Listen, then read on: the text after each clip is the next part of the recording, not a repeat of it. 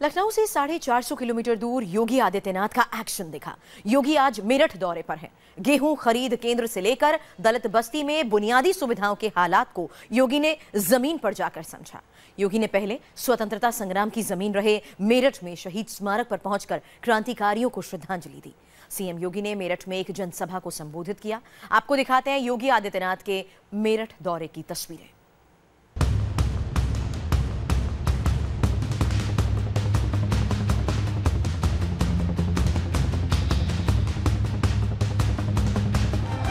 मेरठ की सड़कों पर आज गहमागहमी थी। सनसनाती दौड़ती पुलिस की गाड़ियों के काफिले के बीच नजरें एक शख्स को खोज रही थीं। वो शख्स थे यूपी के मुख्यमंत्री योगी आदित्यनाथ। गलियों से लेकर मंडी, अस्पताल, मंदिर और बस्तियों तक को योगी के पहुंचने का इंतजार था। और फिर वो वक्त भी आया जब योगी मेरठ के लोगों के बीच थे। सीएम बनने के बाद पहली बार योगी आदित्यनाथ मेरठ के दौरे पर पहुंचे थे। योगी आदित्यनाथ ने मेरठ की एक सभा में पहले स्वतंत्रता संग्राम के क्रांतिकारियों को श्रद्धांजलि दी। यहां सीएम योगी ने एक जनसभा को संबोधित किया।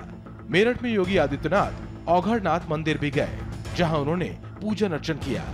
1857 में इसी औघड़नाथ मंदिर से स्वतंत्रता संग्राम की शुरुआत हुई थी। योगी मेरठ मेडिकल कॉलेज भी पहुंचे।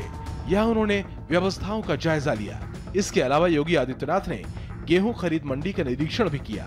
साथ ही मलिन बस्ती में पहुंचकर बुनियादी सुविधाओं का जायजा लिया।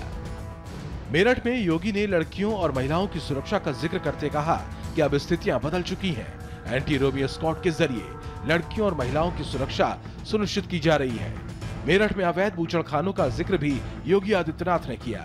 योगी ने प्रशासन को ताकीद की कि कहीं भी सुप्रीम कोर्ट या एनजीटी के आदेशों की अनदेखी नहीं होनी चाहिए। हम लोगों को सर्वाधिक शिकायत पश्चिमी उत्तर प्रदेश से मिलती थी। हमारी बेटियां स्कूल नहीं जा पाती थी। हम लोगों ने एंटी रोमियो स्क्वाड का गठन किया है और एंटी रोमियो स्क्वाड पूरी शक्ति के साथ प्रदेश के अंदर कार्य करेगा। बेटियों की, बहनों की सुरक्षा सुनिश्चित होगी और अगर कहीं भी कोई मनचला, कोई सौदा किस्म का व्यक्ति किसी बेटी और किसी बहन को छेड़ने का दुस्साहस करेगा तो फिर वहां पर प्रशासन की कार्रवाई प्रारंभ हो जाएगी। सुप्रीम कोर्ट और नेशनल ग्रीन ट्रिब्यूनल बार बार उत्तर प्रदेश सरकार को कहती थी कि स्वास्थ्य के साथ खिलवाड़ हो रहा है अवैध बूचड़खानों के माध्यम से। हम लोगों ने अवैध बूचड़खाने पूरी तरह बंद करवाए हैं और मैं फिर कहूंगा, अगर कहीं भी सुप्रीम कोर्ट और एनजीटी के आदेशों के उल्लंघन की शिकायत प्राप्त हो रही है तो प्रशासन सुनिश्चित करें कि किसी को भी न्यायालय के विरुद्ध जाने और न्यायालय के द्वारा दी गई गाइडलाइन के विरुद्ध जाकर के कार्य किसी को करने की छूट न दी जाए। मेरठ में योगी एक सीएम से ज्यादा एक शिक्षक की भूमिका में दिखे। योगी ने लोगों से प्रशासन का सहयोग करने की बात कही। मुख्यमंत्री योगी आदित्यनाथ ने कहा कि कानून तोड़ने वालों के बारे में पुलिस को बताएं, लेकिन खुद कानून हाथ में न लें। स्वच्छता अभियान के संकल्प को दोहराते योगी ने लोगों से प्लास्टिक से परहेज करने की बात कही। प्रदेश में कानून का राज अगर स्थापित करना है तो कानून के राज को स्थापित करने के लिए हर प्रकार के अराजक, उदंड, उच्छृंखल, समाज विरोधी, राष्ट्र विरोधी तत्वों के साथ प्रशासन शक्ति के साथ निपटने का कार्य करेगा। केवल आप लोगों को उसमें सहयोगी भूमिका में रहना है। कहीं कोई कानून का उल्लंघन करता है, प्रशासन से आप बताइए। कानून को अपने हाथों में मत लीजिए। कानून को हाथ में लेने की कोई आवश्यकता नहीं। प्लास्टिक का उपयोग करना बंद करें।